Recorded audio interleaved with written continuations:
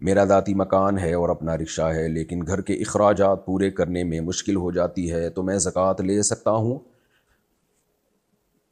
بھائی آپ کے پاس اگر واقعی کوئی اتنا کیش اماؤنٹ نہیں ہے، 52.5 تولے چاندی کے برابر، نہ سونا ہے نہ چاندی ہے، نہ کوئی ایسی پراپرٹی ہے جو آپ کے استعمال میں نہ ہو، تو پھر آپ زکوٰۃ اگر کوئی آپ کو دے گا تو زکوٰۃ ادا ہو جائے گی۔ لیکن زکوٰۃوں کا مانگنا ٹھیک نہیں ہے۔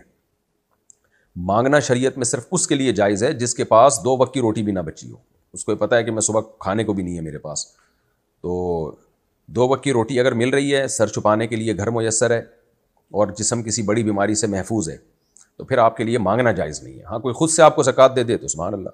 تو اس لیے لوگوں کے سامنے ہاتھ نہ پھیلایا کریں، رکشہ ہے، گھر کے اخراجات پورے نہیں ہو رہے، گھر کے اخراجات کو کم کرنے کی کوشش کریں۔ باقی جن لوگوں کو آپ کے حالات معلوم ہیں، ان کو خود سے چاہیے کہ آپ کو زکوٰۃ کے ذریعے مدد کریں۔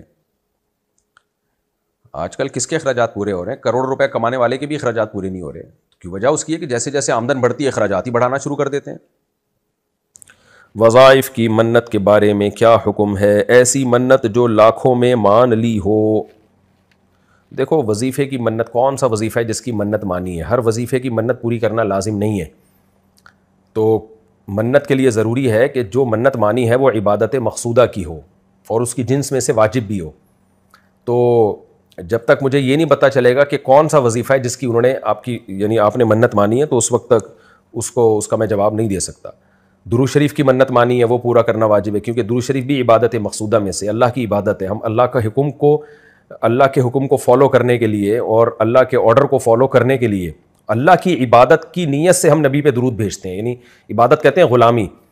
تو اللہ نے ہمیں حکم دیا صلو علیہ وسلم تسلیما، اے ایمان والو تم نبی پر درود اور سلام بھیجا کرو، تو یہ امر تعبدی ہے، تو ہم نے اللہ کے آرڈر پورا کرنا ہے، لہذا ہم نے نبی پر درود و سلام بھیجنا ہے۔ تو اور زندگی میں ایک دفعہ درود بھیجنا فرض بھی ہے اس آیت کی روشنی میں، اس لیے علماء نے لکھا ہے کہ راجح قول کے مطابق اس میں بڑا اختلاف ہے کہ درود شریف کی نظر بھی منعقد ہو جاتی ہے۔ تو اسی طرح کچھ کلمات ہیں تسبیح کے جن کی نظر منعقد ہوتی ہے، کچھ کلمات ہیں جن کی نظر منعقد نہیں ہوتی۔ تو آپ اسپیسیفک جو وظیفہ آپ نے جس کی منت مانی تھی وہ لکھ کے بھیجیں تو میں بتا سکوں گا کہ اس کی منت پوری کرنا واجب ہے یا نہیں ہے۔